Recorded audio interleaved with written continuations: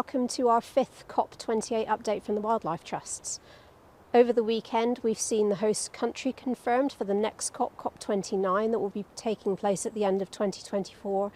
And the host country has been confirmed as Azerbaijan. Now, this was following a rather protracted process of Eastern European countries putting their names in the hat and Russia effectively blocking all other choices on the table. So we'll see another petrostate hosting the climate conference next year. Also, again, a country that's quite difficult to get to by train for us.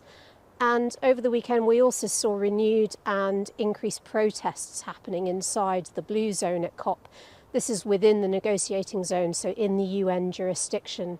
And we know that a lot of NGOs have felt unable to voice their opinions as much as they might do at a normal COP because protest is effectively illegal in UAE. So it was interesting to see in the run-up to the last few days of negotiations that these protests are actually ramping up and taking place within the conference centre itself.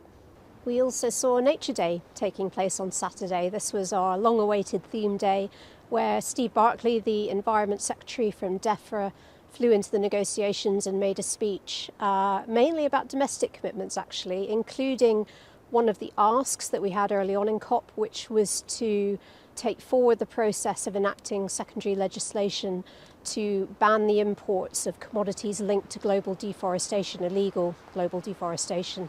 And that list of commodities has at long last been published, but the government now needs to move very quickly to get that secondary legislation in place. But still, it was quite positive to see that DEFRA are obviously trying to move that forward. We also saw another long-awaited announcement, the publication of the government's map of how it thinks it's progressing against the 30 by 30 target. Now, this is the target under the Convention on Biological Diversity. It's part of the Global Biodiversity Framework. The government a couple of years ago was saying that it thought it had around 21% of land in England already being managed for biodiversity, and following quite a lot of criticism from environmental NGOs in particular, it's come up with a new number, which is 8.5% for England, which includes triple SIs, like the one I'm standing in right now, and also a smaller number of different sites. But it's feeling better and much more robust as a calculation of where we are on our journey to 30 by 30, and obviously we'll be working very positively with the government over the next few years to see how much progress we can make to bring that number up. And it's something that the wildlife trusts all over the country are working towards as one of our key goals as well. Now, we're keeping a close eye on the big ticket items in the negotiations as we come into the last 2 days. On the global goal on adaptation, this has been bogged down quite severely over the last week, but we did see some new draft text going to the presidency on Sunday. And unfortunately, the quite ambitious text that there was included on nature, which included a reference to 30 by 30, so it would have been a measurable target, that has been taken out. There is still text on nature and food in that document, but neither of those are measurable. They're quite high-level outcomes. And we're also still seeing the process outcomes, so how government should integrate adaptation into their action plans and their climate change plans. That's still being looked over as well. So it's not looking great on the adaptation text, but we'll have to see how that runs through into Tuesday. And on the global stocktake, over the weekend, we saw news items again coming out saying that the OPEC countries, the oil-producing countries, had been written to and told to block any text that referred to phasing out of fossil fuels.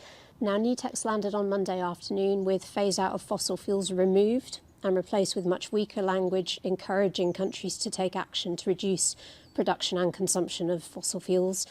Nature and nature-based solutions are still included, but there's still only really a passing reference to food and food security.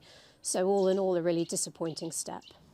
So as we come into these final few days of COP, it's worth stepping back and reflecting on the wider picture that these global negotiations sit within. And certainly many commentators are now saying that they think that global emissions are going to peak in the next couple of years and start to drop. That's absolutely what we need to see if we have any chance of meeting the aims of the Paris Agreement. But also global economics is starting to shift, and certainly we may well see in the next few years the market drivers for switching to renewables over and above fossil fuels becoming overwhelming for a lot of countries who still don't want to take that step. We've certainly seen some positive signs, such as a huge drop in the number of new coal-fired power stations coming online in 2023, for example, and the funding for those as well, certainly outside of China, although within China it's a different story.